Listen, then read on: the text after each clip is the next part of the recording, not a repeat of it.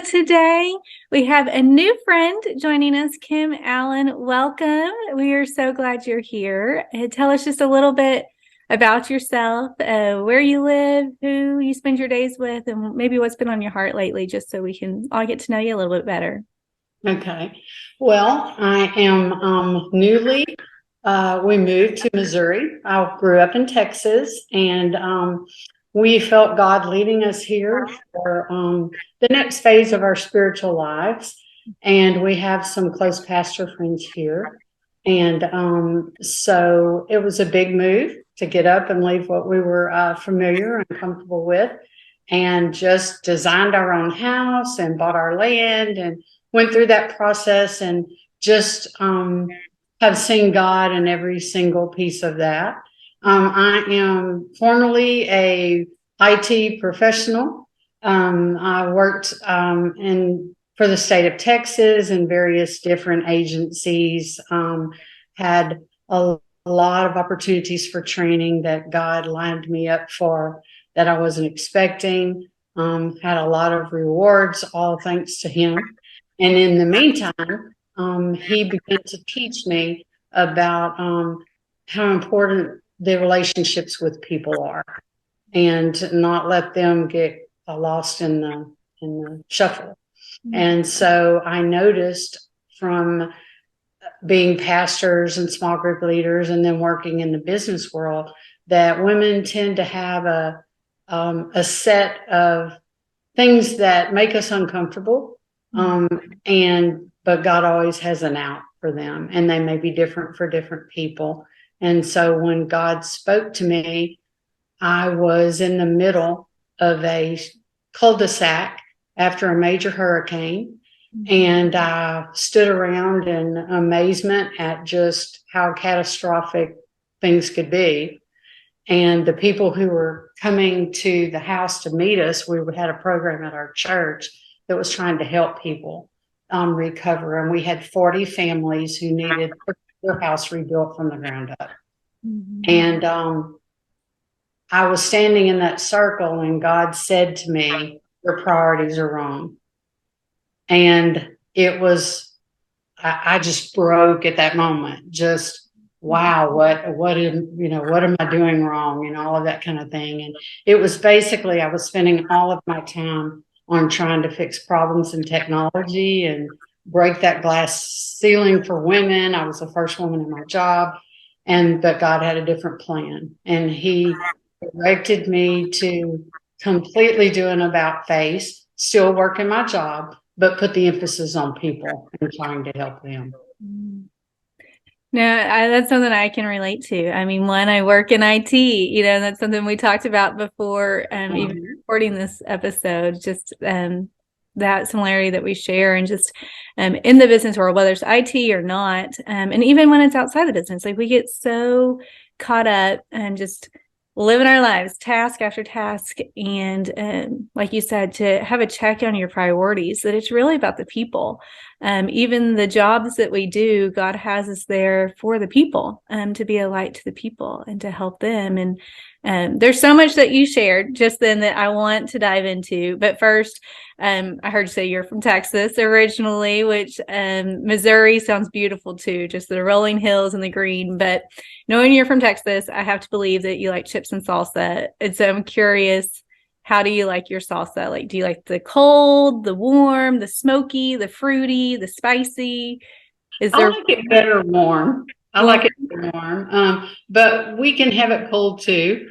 I don't like it really spicy, but enough of a kick to add some flavor. It's like a failure if you don't have some spicy salsa in Texas, right? Yes, I agree. And it's funny because grew up in Texas, now I live in Oklahoma, and I thought it was so funny when you go to the Mexican food restaurants here, they will ask you if you want cheese sauce. And I'm like, cheese sauce? What is that? I think of like the nacho cheese at like a concession stand. But that's what a lot of them call queso. And so it's pretty funny. But the thing that's nice is that they do provide often free queso, just like they'll provide like free chips and salsa. They'll give you free queso. And so that's something I can get on board with, but I do miss my Texas salsa for sure and queso. But anyway, but moving on into your book. That's really why we're here today. And I want to hear just a little bit more about your background. I know you touched on it a little bit, being in IT and the different opportunities that the Lord really provided for you. But, when people hear that you wrote a book, a lot of times we assume that this is something you are always working towards. And this is not necessarily the case, that this is something that is kind of a little bit of a surprise in your journey, I believe. And so, tell us just little bit more about your professional background and journey and how the purpose of writing this book really came about. Okay. Well, I found myself, as I said, God directed. I had a plan for my life. God had a different one. So I was following my plan, and I was working as hard as I could to be the best IT person I could be. Like I said, I was the first woman in my particular job. And so I felt a little pressure there on myself, to do the best I could do. And I ended up learning so much. I started out just working, fixing computers at one place. And then I went to doing networks. And then it's like God taught me every single piece of that. Not only how to manage teams and how to do things like that. I got, there's 40 people that get elected in Texas every year to go to this special Governor Center elite training. And I'm finding myself sitting there at that table thinking, how is this girl from Orange, Texas in this place? But all through that, I was realizing that I was learning more about the IT profession, strategic planning and troubleshooting and problem solving, and felt like I always found myself in the midst of a spaghetti bowl of problems, trying to pull them out one noodle at a time, trying to figure out what was wrong. Yeah. And I was really good at seeing a 30,000 foot view and a 5-foot view. And I knew that was just God.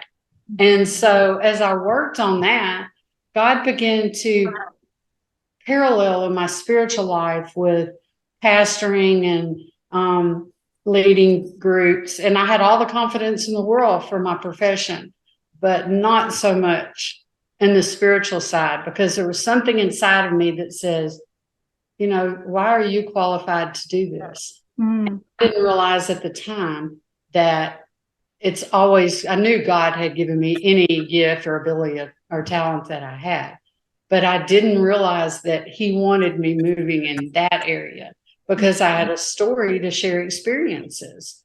I'd been a mom, a worker, a pastor's wife, a college student. My husband says perpetual because I'm a lifelong student. Every day. Yes. Whenever I realized that the importance was on people and helping them see themselves as God saw them, then it was like that moment when he said your priorities were wrong. It takes me a little while to get God's complete message sometimes. Yeah. I think we can all relate to that. Yes. And I had to go through these situations a little at a time when God would show up and I would go, wow, that was amazing. Those kind of moments. And then I realized if I looked at the things that God said that I would never fail. If I fully went by what God said, then, I'm his child. His son died for me. Everything he's given me, the gifts and talents that I have. And so I sat down. My husband was actually writing a book. And I thought, well, I need to learn the technology piece of writing a book. So I'm just going to write a book. And I never thought that it would take this journey. To me, it was a learning thing. And it just opened up this period of self-discovery that God brought and reminded me of all of the situations I had been in and how I could share those with others and how I always ended up back helping someone through every one of those processes. So it was the best thing that I've ever done for myself and for spiritually to be able to help others, because that came straight from God. And it was just an amazing process, totally unexpected. Well, and I think it's at least in my life, I've seen that too, where it's when we have to step out of our comfort zone is really when I know that God's leading me. Because if it's something that I'm super comfortable doing, then it's probably my idea. But whenever it's really something I wouldn't naturally want to do, and I feel a little bit insecure about it, and that's where I know that God is leading me into it. And when He brings me this peace that doesn't really make sense, and maybe like for you, I don't know if it was just kind of like you said, you were excited to learn something new, that there was peace to like kind of do something weird just because what you thought it was going to become was not really what God had in mind for it, and I think that that's so relatable that we can see that so many times. But it was when you stepped into that discomfort out of your comfort zone that you really began to look back and see how God had prepared you each step of the way. And even when we think, oh, this experience was totally unrelatable, that we see that God had a plan for that. And now He brought that story to mind for this book to help someone else. And that's really, really cool. In your book, because right now we're in this mini series on the podcast about overcoming, and your book is called Crushing Insecurity, Pushing Boundaries and Pursuing Dreams. Yes. And so, insecurity of all things, it's been my experience. I've written a few books working on traditional publishing, and I always say that God, whenever He leads me to write a new book, He also brings me the opportunities to work through that, that I get experiences. I have to experience it first before I can teach or even talk about it. And so it's always a good thing, but it is a hard thing too. And so, what areas of insecurity did you walk through before, or is there some stories from the book that you want to share, or even that you walked through while you were writing it to make you learn more about it? One of the first things that I did was while I was at church, my husband was always one of the primary teachers, and our pastor came up to me and said, we have a lot of women that are reentering the workforce for, whatever reason, and they can't pass the test to be able to get back into the workforce.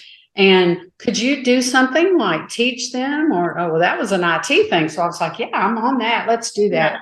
So we ended up having people register for that. And I started with basic computer skills, and we got in one of the labs, and we just all sat and we talked. And of course, that was so much more than just teaching computer skills. Mm-hmm. It was the stories of, I don't want to leave my son at home, or I don't know how to deal with this. And we would end up, off to the side talking about things like that.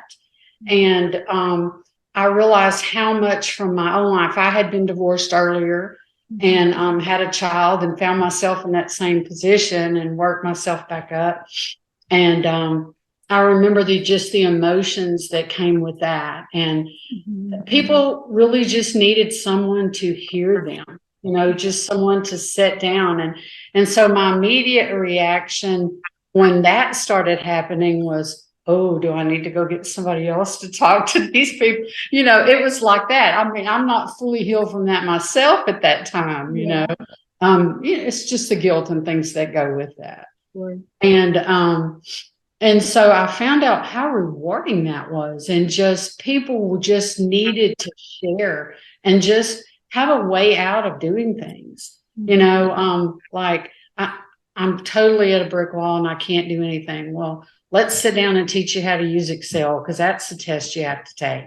And by the way, you can do it. It's great. Somebody's going to be here to help you. I'll give you resources.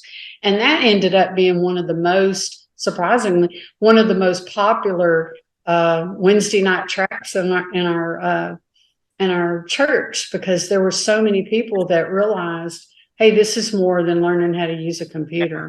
And we're building relationships with women, and then women help women, and everybody's going through a different struggle. And it became basically a small group to talk about.